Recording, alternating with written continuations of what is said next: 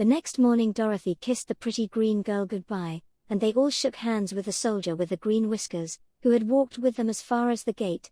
When the guardian of the gate saw them again, he wondered greatly that they could leave the beautiful city to get into new trouble. But he at once unlocked their spectacles, which he put back into the green box, and gave them many good wishes to carry with them. "You are now our ruler," he said to the Scarecrow, "so you must come back to us as soon as possible." "I certainly shall if I am able," the Scarecrow replied, "but I must help Dorothy to get home, first."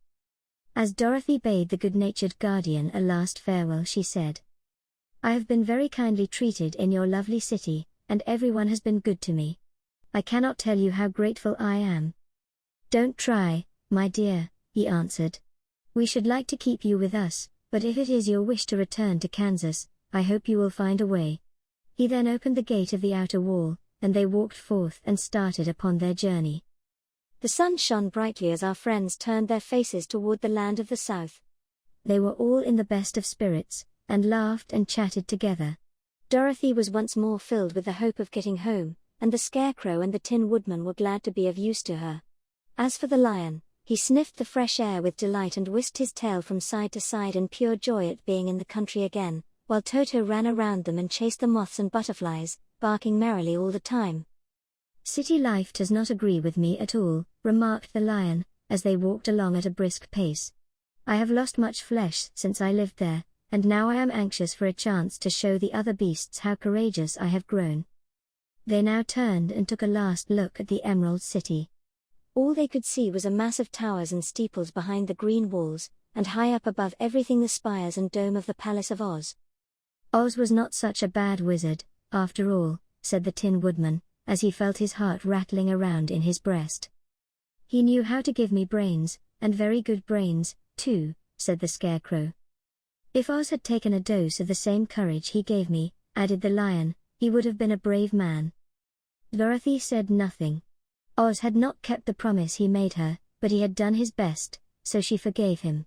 As he said, he was a good man, even if he was a bad wizard. The first day's journey was through the green fields and bright flowers that stretched about the Emerald City on every side. They slept that night on the grass, with nothing but the stars over them, and they rested very well indeed. In the morning they traveled on until they came to a thick wood.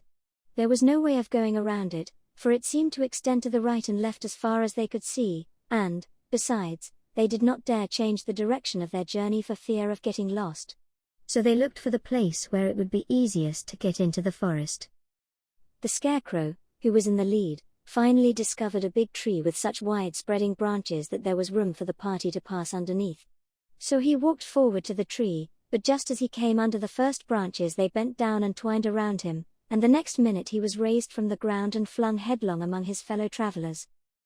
This did not hurt the Scarecrow, but it surprised him, and he looked rather dizzy when Dorothy picked him up.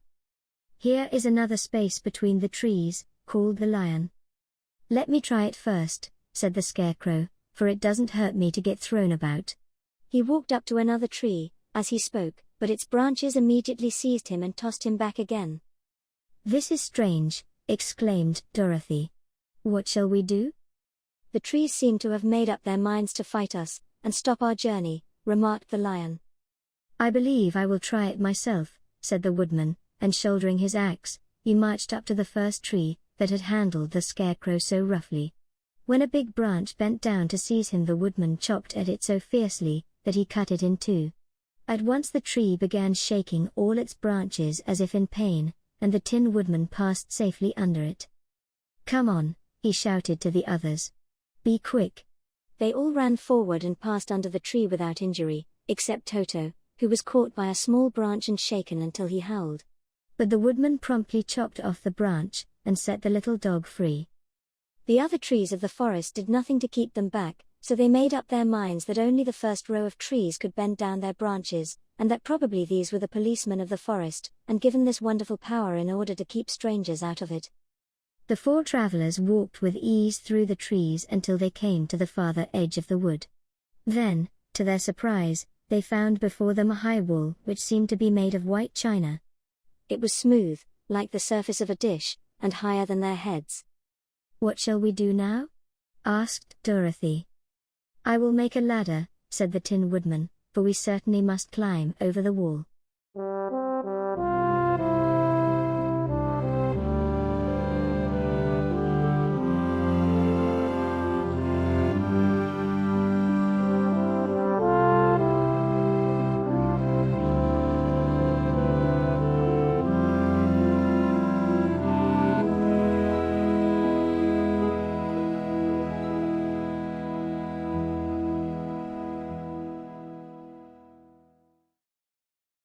Please subscribe.